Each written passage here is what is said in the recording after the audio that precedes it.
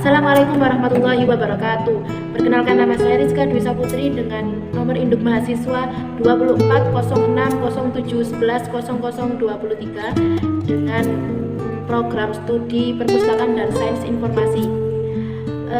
Di sini saya akan memenuhi ujian akhir semester yang dimana saya akan menerangkan sebuah bab yang telah diberikan kepada dosen pengampu mata kuliah Dasar Organisasi Informasi Bapak Nizam Rifki. Baik, di sini saya akan menerangkan tentang bab 3 yang dimana bab 3 ini menjelaskan tentang teknologi pencarian. Teknologi pencarian atau juga bisa disebut sebagai alat penelusuran adalah sistem yang dirancang untuk menemukan data. Mereka dibuat dengan cara memungkinkan pengguna menemukan, mengidentifikasi, memilih, memperoleh, dan juga mengeksplorasi sumber daya informasi dari berbagai jenis. Artinya, setiap catatan representasi juga dikenal sebagai deskripsi atau metadata, menyediakan informasi yang cukup seperti pencipta, judul, subjek, dan tanggal sehingga dapat berfungsi sebagai gambar singkat dan membantu orang mengakses sumber daya khusus, misalnya memiliki DVD di perpustakaan. Mereka membantu pengguna dengan mendapatkan informasi secara langsung, misalnya melakukan situs web pencarian atau melakukan dokumen yang relevan. Baik, alat pengambilan dasar yang dibahas pada bab ini itu ada bibliografi atau daftar pustaka, katalog, indeks, penemuan alat bantu, register, dan pencari. Jaringan bibliografi memiliki peran yang berbeda dalam penyediaan alat pencarian. Mereka dibahas di bab berikutnya yang membahas topik sistem dan desain sistem. Bibliografi secara fundamental itu adalah sumber daya. Mereka sangat penting bagi para sarjana dan bagi mereka yang terlibat secara profesional dengan buku-buku dan sumber informasi lainnya, misalnya kolektor, pedagang, pustakawan, dan mereka juga yang merupakan sumber daya yang berguna bagi semua pembaca serius. Mereka mengumpulkan daftar sumber berdasarkan subjek, pencipta, periode waktu, dan sejenisnya. Beberapa bibliografi mencangkup antonasi, yaitu ulasan singkat yang menunjukkan pokok bahasan dan membahas kegunaan sumber informasi tersebut. Bibliografi dapat dilampirkan pada karya ilmiah dan terdiri dari sumber informasi yang dikonsultasikan oleh penulis karya tersebut, atau mereka dapat menjadi entitas yang sepenuhnya terpisah karya-karya yang berdiri sendiri. Setiap sumber yang terdaftar dalam daftar tersebut memiliki deskripsi singkat yang termasuk sebagai kutipan atau tidak boleh bingung dengan antonasi. Sebuah kutipan yang khas mencangkup pencipta, judul, edisi atau versi penerbit, tempat, dan tanggal penerbitan untuk sebuah buku atau entitas utuh lainnya. Untuk bagian dari sebuah karya, seperti artikel ataupun puisi, biasanya mencangkup pencipta, judul, nama karya yang lebih besar, nomor volume, dan edisi jika berlaku, tanggal dan nomor halaman atau penunjukan bagian lainnya. Beberapa kutipan juga mencangkup karakteristik fisik dalam sebuah bibliografi.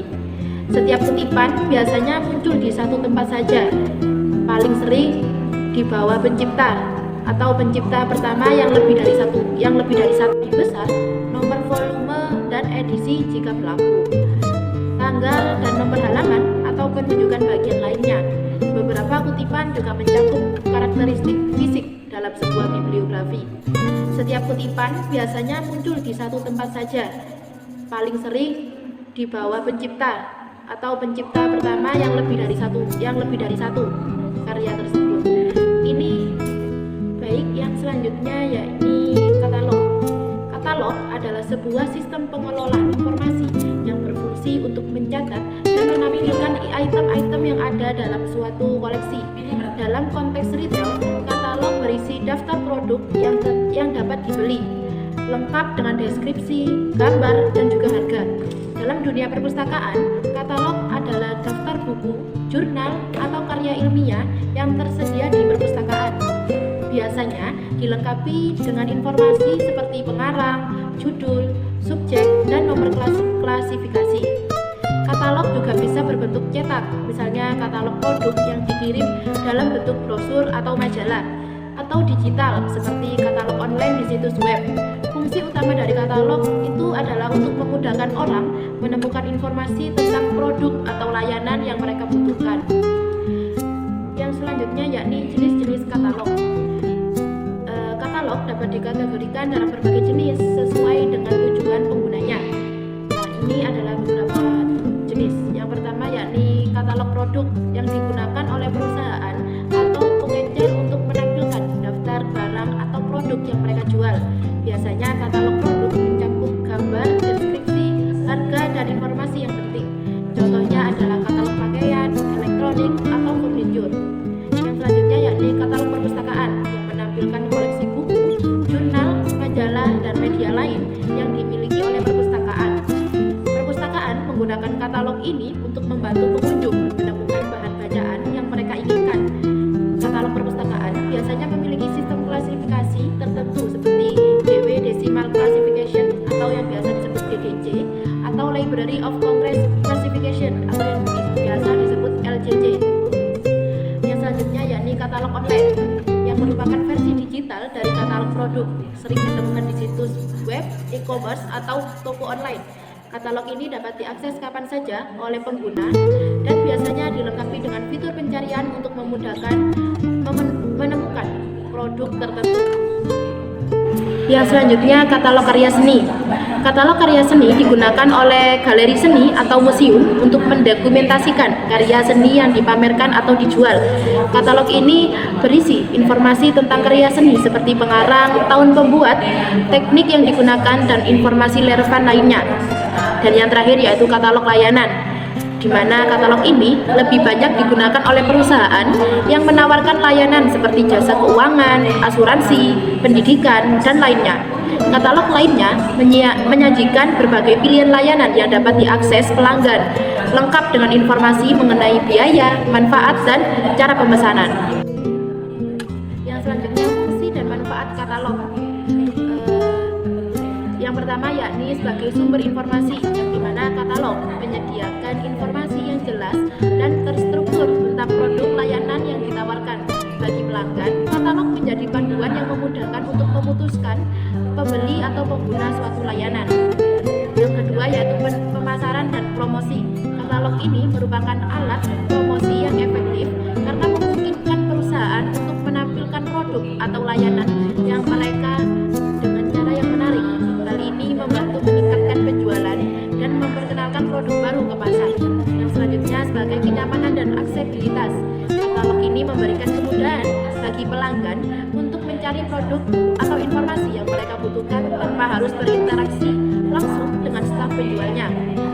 Di era digital, katalog online memungkinkan akses kapan saja dan di mana saja, bahkan melalui perangkat mobile.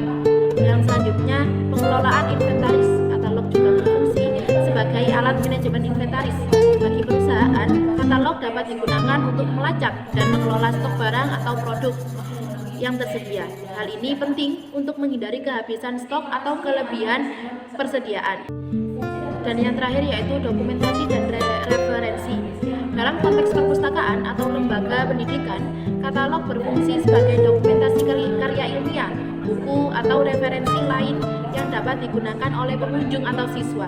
Dengan menggunakan sistem katalog, pengunjung dapat menemukan buku atau sumber daya lain yang lebih mudah. Yang selanjutnya, pengembangan katalog digital. Di era digital, katalog mengalami transformasi signifikan. Katalog digital atau katalog online menjadi semakin populer karena menawarkan kemudahan akses dan fungsionalitas yang lebih tinggi dibandingkan dengan katalog cetak. Beberapa keuntungannya sebagai berikut. Sebagai aksesibilitas global, yang dimana katalog digital dapat diakses dari mana saja dan kapan saja selama ada koneksi internet. Hal ini memberikan keuntungan bagi perusahaan untuk menjangkau pelanggan di seluruh dunia. Yang kedua, sebagai interaktivitas. Katalog digital memungkinkan interaktivitas yang lebih tinggi, seperti fitur pencarian, fitur berdasarkan kategori, dan bahkan pembelian langsung melalui tautan ke halaman produk. Dan selanjutnya, yang nomor 3 yakni penghematan biaya, di mana katalog digital mengurangi biaya cetak dan distribusi yang diperbarui untuk katalog fisik. Selain itu, pembaruan katalog dapat dilakukan secara real time tanpa perlu mencetak ulang materi. Yang terakhir yakni pengalaman pengguna yang lebih baik. Katalog digital seringkali mencakup elemen multimedia seperti video, gambar 360 derajat, dan tutorial yang meningkatkan pengalaman pelanggan dalam menjelajahi produk. Dan yang terakhir yakni katalog dalam bisnis dan e-commerce. Di dalam dunia bisnis, terutama di bidang e-commerce, katalog menjadi alat yang sangat vital. Toko online besar seperti Amazon, Tokopedia, atau Shopee memiliki katalog produk yang sangat luas. Mereka menggunakan katalog untuk menyusun dan menampilkan produk dalam cara yang memuaskan dengan pelanggan melakukan pembelian. Katalog e-commerce biasanya terintegrasi dengan sistem manajemen inventasi dan pembayaran, sehingga pelanggan dapat langsung melakukan pemesanan dan pembayaran setelah memilih produk. Dengan kemampuan itu, untuk mengupdate katalog secara dinamis, perusahaan dapat menampilkan produk terbaru atau menawarkan diskon musim dengan mudah. Yang selanjutnya yaitu pengertian indeks. Secara umum, indeks adalah sebuah daftar atau katalog yang mengorganisir informasi dengan sistematis berdasarkan kata kunci, topik, atau tema tertentu. Dalam konteks ini, indeks adalah alat bantu untuk menemukan informasi di dalam suatu koleksi data atau teks yang besar. Indeks seringkali terdiri dari urutan atau kata subjek, disusun dalam abjad atau berdasarkan urutan tertentu, dengan referensi atau petunjuk ke halaman atau lokasi tempat kata atau topik tersebut ditemukan. Yang selanjutnya yakni jenis-jenis indeks. Yang pertama terdapat indeks buku, yang dimana ia adalah daftar yang terorganisir, biasanya terletak di bagian belakang buku yang berfungsi untuk menunjukkan di mana informasi tentang topik-topik tertentu dan dapat ditemukan di dalam buku tersebut. Indeks atau buku umumnya disusun berdasarkan kata kunci, nama atau topik penting yang ada di dalam buku. Indeks buku berisi entry yang menunjukkan halaman tempat suatu topik yang dibahas. Hal ini sangat berguna bagi para pembaca yang ingin menemukan informasi tertentu tanpa harus membaca seluruh buku. Yang selanjutnya yakni indeks elektronik atau digital, di mana ia adalah indeks yang ada di dalam format elektronik, sering digunakan dalam database digital atau situs web. Dalam indeks digital, informasi disusun secara otomatis menggunakan perangkat lunak atau sistem pencarian yang memungkinkan pengguna untuk mencari dan menavigasi melalui koleksi data yang lebih besar dengan menggunakan kata kunci atau ulang. Misalnya, mesin pencari seperti Google memiliki indeks yang sangat besar yang memetakan web untuk memungkinkan pencarian yang cepat. Yang selanjutnya yakni indeks ekonomi atau pasar saham. Indeks ini adalah indikator statistik yang menunjukkan perubahan rata-rata harga atau nilai suatu kelompok barang atau saham selama periode waktu tertentu. Contoh yang terkenal adalah indeks harga saham gabungan atau IHSG, yang dimana Indonesia atau Dow Jones Industrial Average DJIA di Amerika Serikat, yang mencerminkan kinerja saham dari sejumlah perusahaan besar. Indeks semacam ini digunakan untuk mengukur tren pasar atau sektor ekonomi tertentu. Misalnya, sebuah indeks saham yang mencatatkan pergerakan harga saham perusahaan-perusahaan besar dan menunjukkan apakah pasar secara keseluruhan sedang naik atau turun. Yang selanjutnya yakni indeks biografi atau subjek, yang dimana ini berisi daftar nama orang, tempat, atau subjek yang relevan dalam konteks biografi, ensiklopedia, atau publikasi lainnya. Indeks subjek adalah daftar topik-topik yang dibahas dalam dokumen atau publikasi yang lebih besar dalam ensiklopedia atau buku referensi lainnya. Indeks semacam ini memberikan petunjuk tentang di mana pembaca bisa menemukan informasi mengenai orang, tempat, ataupun topik tertentu. Dan yang terakhir yakni indeks pengarang. Indeks pengarang berisi daftar nama-nama pengarang atau penulis yang karya-karyanya dicatat dalam dokumen atau publikasi. Biasanya, indeks ini digunakan dalam koleksi perpustakaan atau database ilmiah untuk memudahkan pencarian karya berdasarkan pengarang tertentu. Berikut ada fungsi dan manfaat indeks. Yang pertama, membantu pencarian informasi. Fungsi utama dari indeks adalah untuk membantu pengguna menemukan informasi yang mereka cari dengan cepat dan efisien. Tanpa indeks, pencarian informasi dalam teks panjang akan menjadi sangat sulit dan memakan waktu.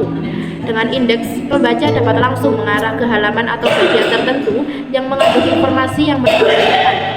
Yang selanjutnya, mempermudah referensi.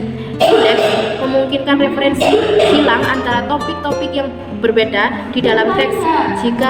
Jika pembaca ingin mengetahui lebih lanjut tentang suatu topik atau istilah yang disebut di bagian lain dalam buku atau dokumen, mereka dapat dengan mudah menemukan suatu indeks yang tersedia. Yang selanjutnya, mengorganisir informasi. Indeks membantu mengorganisir dan menyusun informasi dalam suatu urutan atau sistem yang logis, baik itu berdasarkan abjad, subjek, atau kategori lainnya. Ini menjadikan pencarian lebih terstruktur dan mempermudah pengguna untuk menemukan apa yang mereka cari. Yang selanjutnya, meningkatkan aksesibilitas. Dalam konteks digital, indeks memungkinkan akses yang lebih cepat dan mudah terhadap informasi. Mesin pencarian di internet, misalnya menggunakan algoritma yang membuat web, dapat diindeks dengan dicari dengan cara memungkinkan pengguna menemukan halaman-halaman yang relevan hanya dengan mengetik kata kunci. Dan yang terakhir, mencatat perubahan atau tren. Dalam konteks indeks pasar, saham, atau ekonomi, indeks dapat digunakan untuk mencatat dan memonitor perubahan harga atau nilai suatu kelompok barang atau saham selama periode tertentu. Hal ini berguna bagi para investor, analisis, atau ekonom untuk memantau kondisi pasar. Yang selanjutnya yakni struktur indeks. Yang pertama, terdapat entry. Entry adalah elemen dasar dari indeks yang menunjukkan kata kunci atau topik yang tercatat dalam indeks. Entry ini biasanya berupa istilah atau nama atau frasa yang relevan dengan isi teks. Setiap entry diikuti oleh informasi terkait seperti nomor halaman atau subtopik. Yang selanjutnya yaitu sub-entries. Sub-entry adalah rincian lebih lanjut dari entry utama, memberikan informasi lebih terperinci mengenai topik tersebut. Sebagai contoh, dalam indeks buku sejarah, entry Perang Dunia Kedua bisa memiliki sub-entry seperti pertempuran, pemerintahan, atau konsekuensi ekonomi. Yang selanjutnya, penomoran halaman. Penomoran halaman menunjukkan lokasi di mana suatu topik atau istilah dibahas dalam dokumen atau buku. Halaman-halaman yang relevan akan dicantumkan setelah entry utama, memungkinkan pembaca untuk menuju langsung ke bagian yang dibahas. Dan yang terakhir yakni tata urutan, di mana indeks biasanya disusun secara alfabetis. Namun, ada juga indeks yang menggunakan sistem pengelompokan lainnya, seperti kronologis atau berdasarkan relevansi subjek. Indeks alfabetis adalah yang paling umum dan mudah digunakan. Yang selanjutnya yaitu proses penyusunan indeks. Langkah-langkahnya seperti identifikasi topik, yang menentukan kata-kata atau topik yang penting yang perlu dimasukkan ke dalam indeks. Yang kedua, pengumpulan referensi, yakni mencatat halaman atau lokasi di mana topik-topik tersebut muncul dalam teks. Yang ketiga, pengorganisasian, mengorganisir entry secara alfabetis atau sistematis berdasarkan kategori. Dan yang terakhir yakni penyuntingan dan penyempurnaan, yang memastikan bahwa entry dan sub-entry mudah dipahami dan jelas dan tidak membingungkan. Dan yang terakhir yakni indeks dalam dunia digital, di mana indeks menjadi semakin penting. Misalnya mesin pencarian seperti Google yang mengidentifikasi web dengan cara yang memungkinkan pencarian yang cepat berdasarkan kata kunci. Indeks digital juga dapat ditemukan dalam bentuk metadata di berbagai database seperti jurnal ilmiah atau repositori video. Sebagai contoh, dalam sistem manajemen konten atau tag digunakan untuk mengindeks dan menyortir artikel, gambar, atau video berdasarkan kata kunci yang relevan. Indeks semacam ini memungkinkan pengguna untuk menemukan informasi dengan efisien di dunia digital yang sangat luas. Yang selanjutnya yakni finding aids atau alat bantu yang digunakan untuk membantu pengguna mengakses dan memahami koleksi arsip atau dokumen yang besar dan kompleks. Pengertian dari finding aids ini secara umum merujuk pada alat bantu atau dokumen yang digunakan untuk mendeskripsikan dan menyediakan akses ke koleksi arsip, dokumen atau bahan perpustakaan yang lainnya. Finding aids adalah sarana yang membantu pengguna seperti peneliti, sejarawan, atau staf arsip dalam menavigasi koleksi yang luas dan kompleks. Finding aids dapat berwujud dokumen cetak, elektronik, atau bahkan database yang menyediakan metadata atau deskripsi terperinci mengenai koleksi yang tersedia sehingga memudahkan pengguna untuk menemukan informasi yang mereka cari. Yang selanjutnya yakni fungsi dan manfaat dari finding aids. Fungsi utama dari finding aids adalah untuk memberikan akses dan mempermudah pencarian koleksi atau arsip yang mungkin sangat banyak dan terorganisir dalam bentuk yang kompleks.